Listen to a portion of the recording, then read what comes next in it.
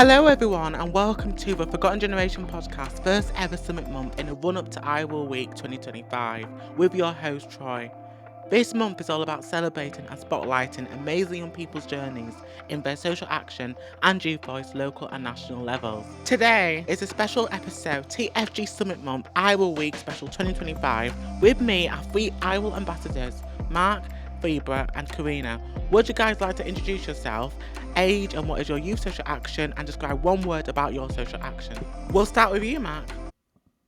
So my name's Mark. I'm Iowa ambassador from the recent 2025 cohort, and I'm also the student governor at one of the FE colleges in Northern Ireland. I'm 18, and one word to describe my social action would be empowerment. And then if someone else wants to take up the torch. I'm Kareena. I'm 19 and I'm a IWIL ambassador from the 2022 cohort. I think going a while back now. I'm currently at university. I'm doing my second year and I'm studying medicine, which I'm really enjoying. But outside of that, I've been dipping into in and out of youth activism for a long time. I've particularly enjoyed looking at areas including digital literacy education, environmental change, and shaping positive health legacies. And one word to describe my social action, I think is quite diverse. I'm interested in a lot of different areas. Hi, I'm Vibha and I'm 12 years old. I'm an IWIL ambassador from the 2025 cohort, and my youth social action mainly focuses on environment, education, and youth voice. A word about my social action would be that I'm very passionate about it, and that's all. Thank you so much, guys. Amazing intros and great to have you on this special Iowa Week episode. And so, what makes you inspired to have a voice locally and nationally in your community? Mark, we'll start with you. Yeah, so I was inspired by seeing how lots of local changes within my area end up just kind of like when you throw a pebble into water, it ripples outward. But seeing that happen with local changes and then that knocking on into much bigger impacts. And then see that, or I saw that quite a lot in college, which led me to participate in lots of different student initiatives, which helped shape college policies and the likes of that. And then going from there, that inspired me to continue on and support more in my community and going for the likes of the I Will ambassador role. That's amazing, Mark. So inspiring. And Kareem. Thank you so much. So it's a sort of a similar kind of idea as well. It was seeing the impact that local work can have in your community. So I think what originally inspired me was joining the STEMettes organisation, which is an organisation for young girls and non-binary people to get involved in STEM. And I think being surrounded by so many people who are excited and empowered by change making in their own way really empowered me to do the same sort of thing and to continue my love and learning for STEM through that. And through lots of different people through that, I found the I Will movement, and that led me to sort of have a voice in much more diverse areas. And I found that sometimes when you create an event and it's around education and you have people coming back to you afterwards talking to you about how much they enjoyed it, what they've learned, it's just the most empowering feeling. And you end up learning so much from other people as well that you meet who you would have never met otherwise. So I think having that voice and having that community is so it sort of creates an empowering loop and it's really exciting. So that's what inspired me. Love that. Thank you. And Vibha? For me, it was a bit different. I think it was mainly my sisters who first started doing social action, and over time, I also grew to be part of it. And then it was also in school when I was learning about inspiring people, such as Rosa Parks or Emily Pankhurst. They were also inspirational, and it motivated me to also make a change for youth education, young voices, and the environment. An amazing journeys about your inspiration of your voice locally and nationally. So thank you guys for sharing that. And so what is one positive thing in your journey and what is one negative experience you had having a voice? And Kareena, we'll start with you. Okay, so I'll start with the negative. So I think I started quite early with my youth activism journey, sort of at 13, 12. And I know lots of people are starting early now, and it's a super exciting thing to do. And I was really into sort of helping spread awareness around digital literacy through online meetings and webinars. And after a bit of time, sort of with academics, it all got quite a little bit more busy, and I had a bit of a gap from it. And then coming back into change making, I think I had a little bit of imposter syndrome. I think that's something that can happen just when you've been away from it for a while and you want to start doing change making in different areas as well. I'm quite interested in making change in education now, but that kind of leads on to my positive. I sort of dived back into education by going with I Will to the European Youth event in Strasbourg this year, and meeting such an empowering community of fellow I Will ambassadors was just fantastic. And then having these dialogues internationally with other young people from across Europe and talking about international issues ranging from AI use to environmental issues was just really empowering and re-energized me to get back into activism. I think for sharing that. So uninspiring. Vibha, what about yourself? I'll start off with the positive. So far, it's been meeting new people from what I do and making more connections. And I made some really good friends through my journey, and I still am in touch with them regularly. To go to the negative side, I think I really enjoy presenting my ideas in meetings, but sometimes they can be a bit nerve-wracking if I feel I don't have the right idea. But in the end, everyone's always so open-minded to new suggestions. Absolutely. So inspiring on what you just said there. It's an amazing experience, but also the negative experience. Mark, what about you? Yeah, I'll also start with positive. So, with being in college, for a bit of background, I started a wee bit later than I'd say most of the people I work with would have started. So I started about mid to late 16s. So relatively not that long, but from that short window of time, the one of the biggest positives I see on a regular basis would be when I see the people around me actually like stepping up and sharing their stories and personal experiences, and then gaining confidence in what they do and growing as other change makers and growing in their confidence in the likes of advocacy. And then on the negative side, with where I'm currently based, um, it's a further education institution, and unfortunately, within the National Union of Students, and then even on more local levels, the FE sector generally has a bit more of invisible uh, approach from HE institutions. So there's often that sense of being invisible when it comes to the FE sector. Thank you so much, Mark, for sharing that. And it's so important, your positive journeys as well as your negative journeys. So thank you so much for sharing. And so what are the key issues you think young people are facing right now? We'll start with Vibra. So I think in terms of education, young people are put under huge amounts of pressure from family, teachers, or if you have a sibling who's already aced the tests, you already have big boots to fill. And that in some areas as well, young people don't get to have an influence in what goes on in the community, and they aren't able to make decisions as we are in my community here.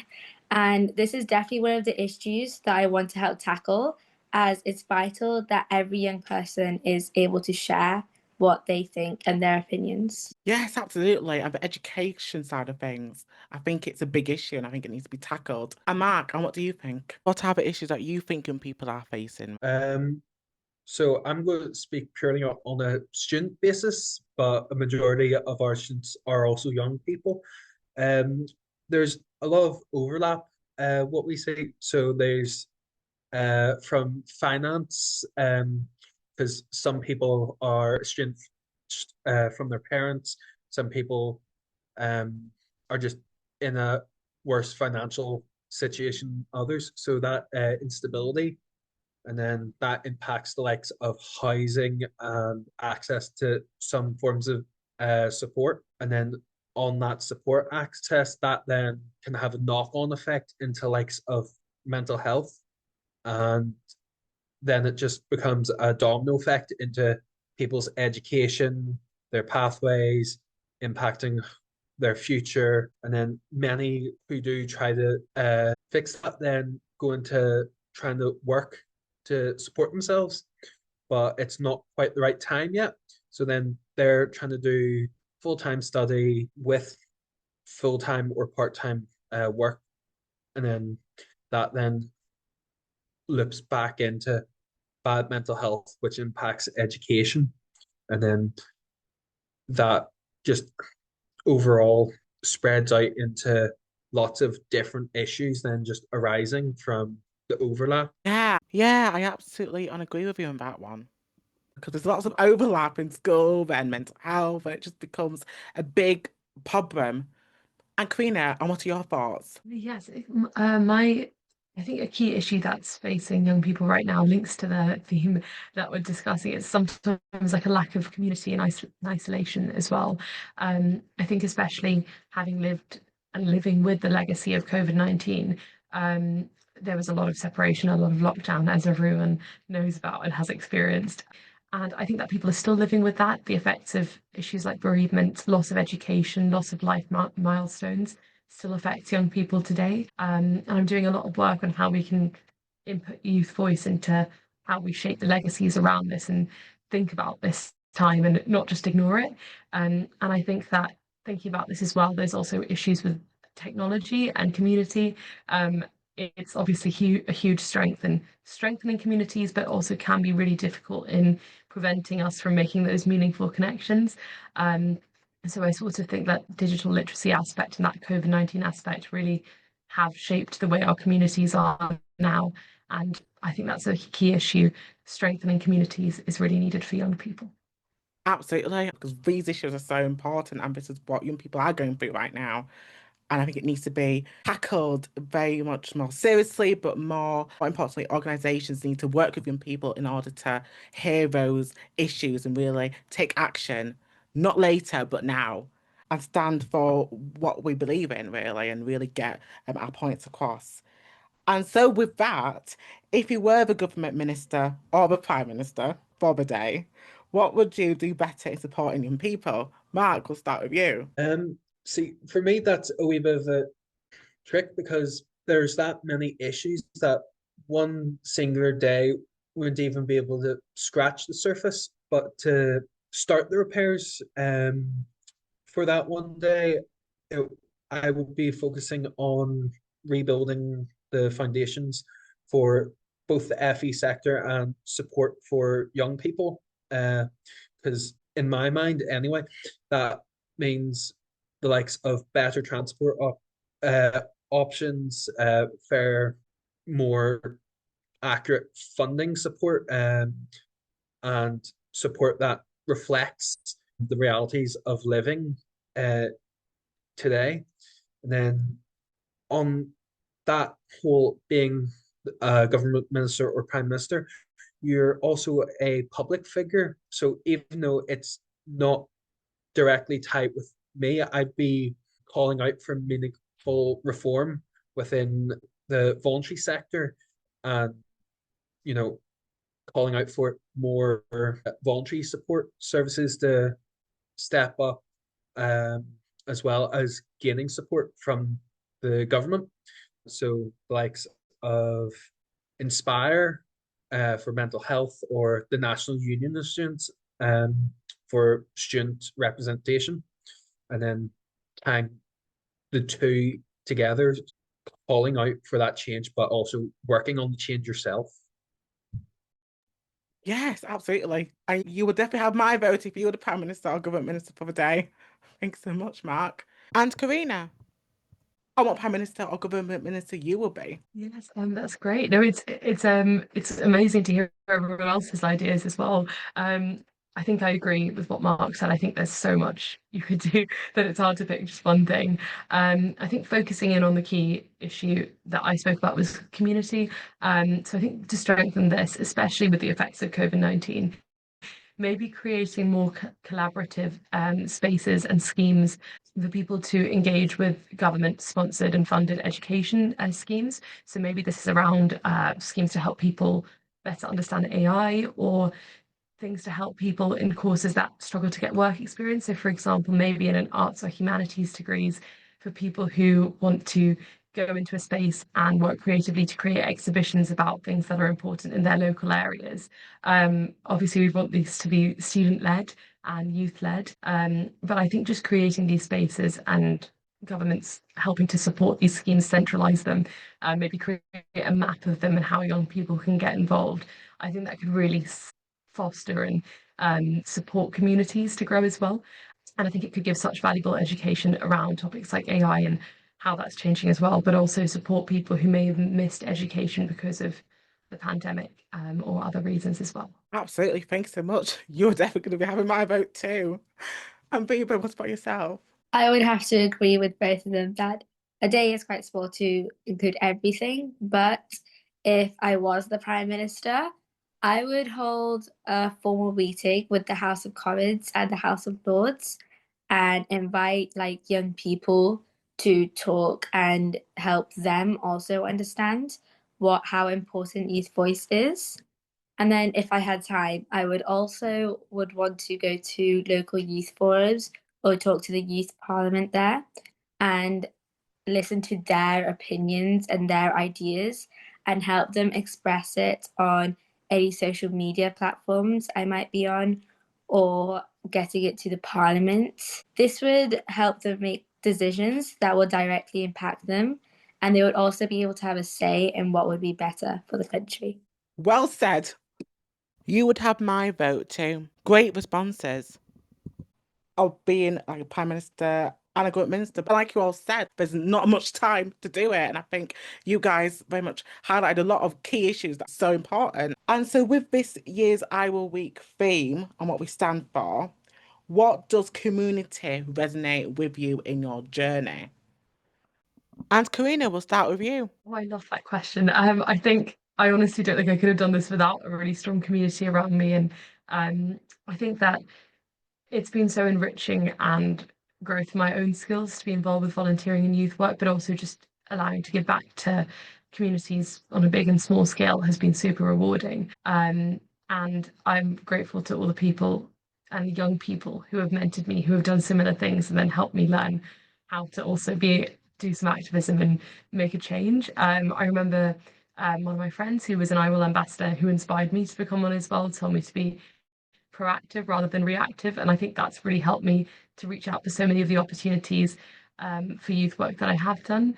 And I think without that community, I would have lacked the support to believe in my ability to share my voice. So I'm really grateful for it. And I hope that we can continue to grow them through work together as an I Will community. Absolutely. Thank you so much. And Vibha, what about yourself? It was really interesting to hear that, Corinne. And I think I love helping out in my community, and I've also been driven by support from locals and neighbours in my social action progress there. And a few examples of this would be, for the last 3 years, I've spoken on my local radio.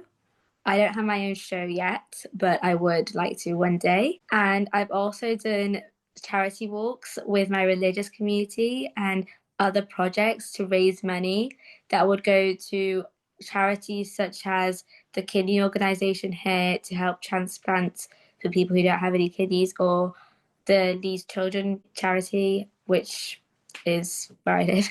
And that's all. Thanks so much. Mark, what about yourself?